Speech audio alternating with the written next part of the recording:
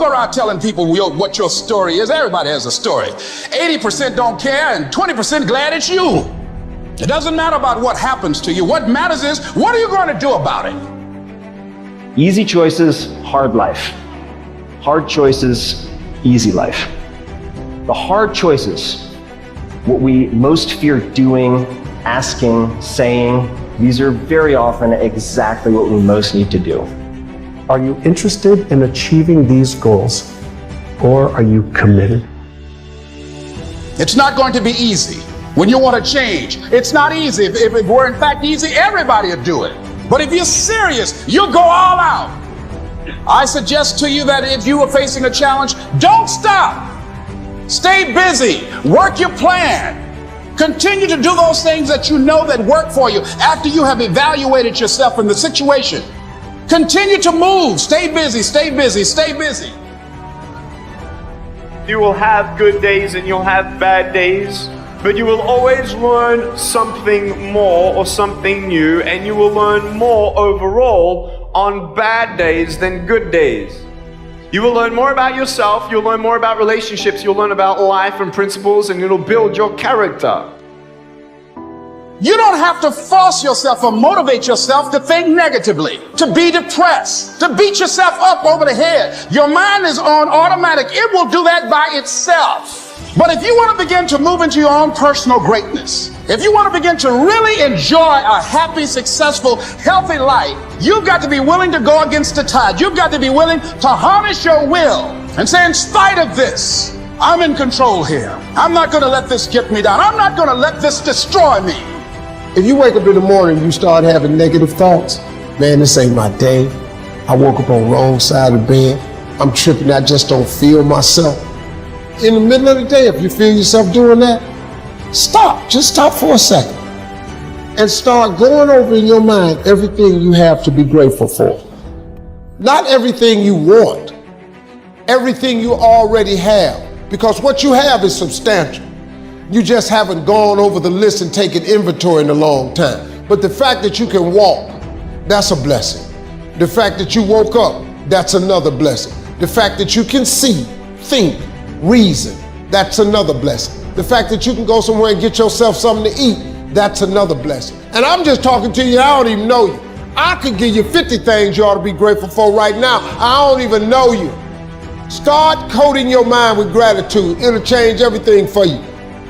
One of the most important lessons in life that you should know is to remember to have an attitude of gratitude, of humility. Understand where the gift comes from. It's not mine, it's been given to me. Use what I have, use what you have to help others. You know, on your last day, you can't take it with you, but you can leave it here.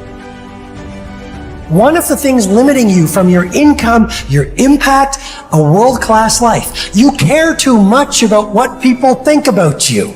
It is a neurobiological wiring.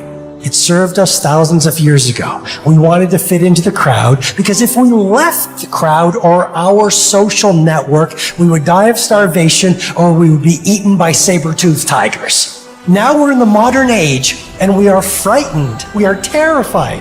Our amygdala goes crazy. Cortisol, the fear hormone, starts to pulse through our system if we leave the crowd. Everyone has an opinion. Why let the opinions of other people deny you from a life that will make history? It's very important that you engage in an ongoing process to develop you. Spend more time on yourself than what you've been spending. Working on yourself, talking to yourself, overcoming the negative conversation, that inner dialogue that's going on all the time, even when you don't want it to be there. You can't stop yourself right now from thinking. You can't do it. And so learning how to empower yourself, part of doing that is standing up to yourself. You got to stand up inside yourself sometimes and say, shut up. I was going to give a presentation and this voice inside of me saying, you can't do this. You don't have everything it takes. Shut up. I'm behind on my bills and you're telling me what I can't do. I have got to do it.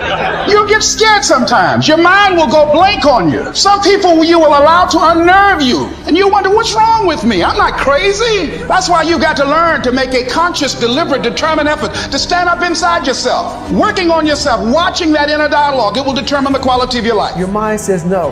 You just say, this is what we do. It's what we do now. Because to get to where you want to go, the amount of pain involved, the amount of mental pain, of how many times you're gonna have to do something that you don't want to do to get to where you want to go. There's gonna be more times you do something that you don't want to do than you are gonna want to do. And that's your new norm. And then once you do this over and over and over again, it becomes like breathing. I don't want to live this lifestyle, but to get to the other side of this, I have to. We have two primary choices in life. We can either accept conditions as they exist, or we can take the responsibility to change them. See, a lot of people want to exempt themselves from taking responsibility. All they want to do is talk about the problem. Every time you see them, they'll tell you their story over and over and over and over again. No. You want to take responsibility for your life. I got me here, I can get me out of this. And I'm getting out. I'm not going to be a volunteer victim. You see people who do big things and you automatically say, that guy's so lucky, she's so lucky. You don't know that. You're assuming that. Going to work every day for 20 years and grinding your ass off and then becoming a multimillionaire, that's not luck. That's action and reaction. Quit using the word luck, quit believing in luck, and start believing in work. Start believing in results that come from your actions. When that alarm clock goes off, there's at least 50% of the time where that soft little pillow is just caressing your head and you want to stay there. And it takes discipline to go, nope, I'm going to get up out of this bed and I'm going to do what I'm supposed to do. Everyone in the world has a list of things they think they should do. I should lose weight. I should work out. I should spend more time with my kids. I should work harder. I should make more calls. I should.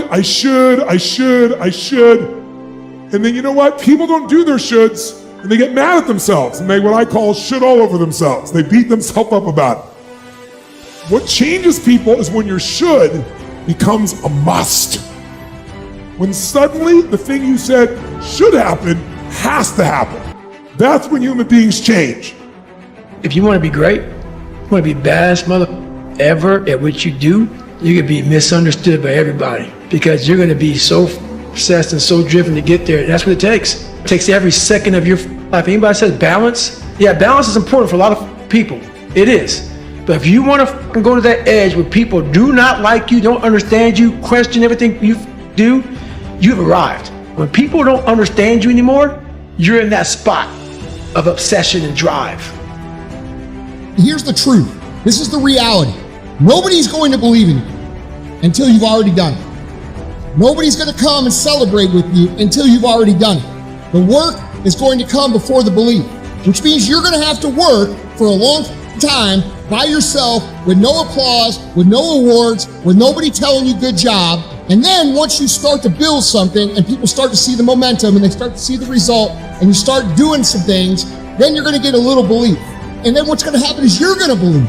And then what's going to happen? You're going to go do a little bit more work and a little bit more work. The results are going to come more. More people are going to believe. Nobody fucking believes in you because you haven't done anything yet. That's the reality. When you quit, your mind says we're done. So it doesn't expand. There's no expansion when you quit. I'm drowning, I'm miserable, I'm suffering, I'm broken, but I'm not going anywhere. What happens to your mind, it says, he's not leaving. So we got to expand. We got to grow. We got to figure this thing out. So then these compartments in your brain, they have to work.